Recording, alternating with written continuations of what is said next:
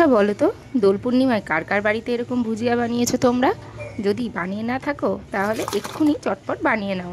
একেবারে সহজ আর একেবারে ইজি পদ্ধতিতে কিন্তু তৈরি হয়ে যাবে তোমাদের এই ভুজিয়া।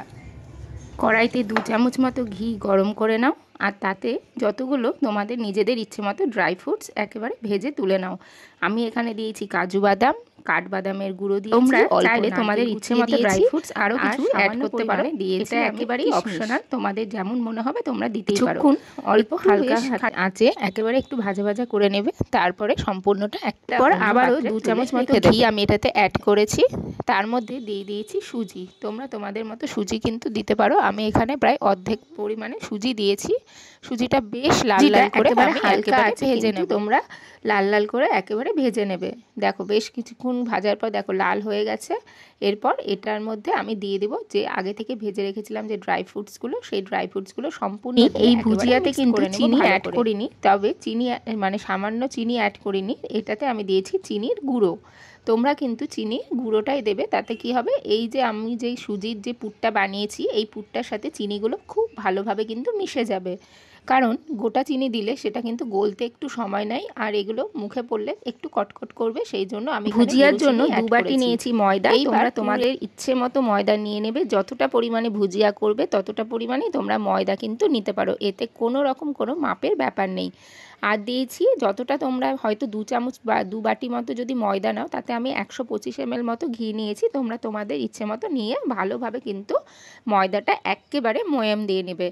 বেশ মুঠি মুঠি যখন হয়ে যাবে দেখবে, তখন এতে আমি পরিমাণ মতো জল দিয়ে বেশ ভালোভাবে মেখে নিতে হবে বেশ কিছুক্ষণ। অনেকক্ষণ মাখার পর এরপর একটা ভিজে কাপড় দিয়ে তৈরি হয়ে যাবে, ঢাকা দিয়ে রেখে দেবে। দেখো আমার ময়দার কিন্তু লেয়ার ময়দা বানানো হয়ে গেছে। প্রত্যেকটা ময়দা থেকে ছোট ছোট করে লেচি কিন্তু আমি কেটে নিয়েছি।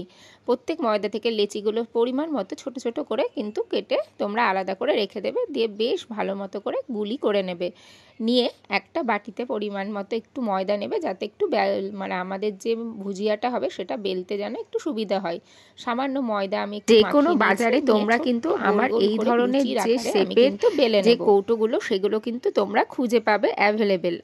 তোমরা হাতেও কিন্তু ভুজিয়াগুলো গড়তে পারো, তবে আমি বাজার থেকে এরকম কৌটো দেখতে পেয়েছিলাম শেপের মতো, সেই জন্য আমি এরকমই কিনে নিয়ে এসেছি। কিন্তু অসাধারণ হয়েছিল কিন্তু, আর প্রত্যেকটা ভুজিয়া খেতেও কিন্তু খুব ভালো হয়েছিল। দেখো এইভাবে বাটির মধ্যে বসিয়ে নেবে, ভীষণ ইজি। তোমরা যে কেউ কিন্তু এরকমভাবে বানাতে পারবে।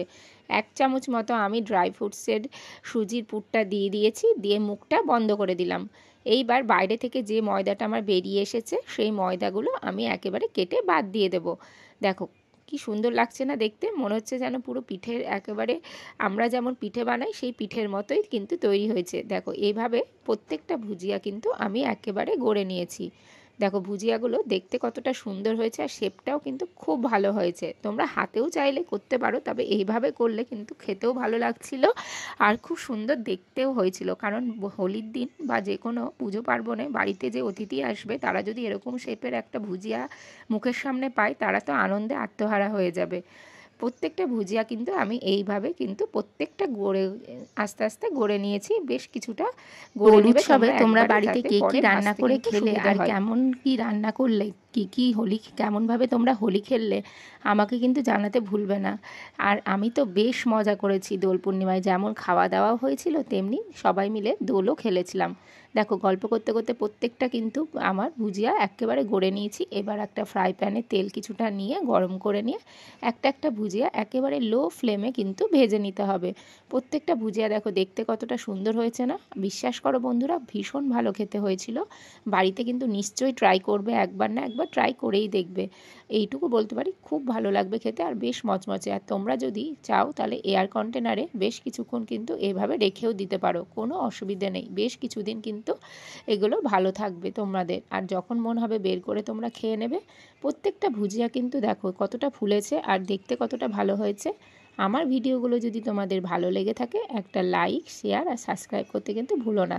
কারণ শেয়ার করলে অন্যজনের কাছে আমার ভিডিওটা পৌঁছে যাবে, আর তারা কিন্তু আমার রেসিপিটা নিশ্চয়ই ট্রাই করতে পারবে। তবে দেখো কতটা সুন্দর দেখতে হয়েছে আর ভীষণ ভালো হয়েছিল খেতে। আমার বাড়িতে যতজন অতিথি এসেছিল প্রত্যেকে কিন্তু খেয়ে ভীষণ ভালো বলেছে। আর প্রত্যেকটা ভুজিয়া কিন্তু বেশ ফুলেছিল।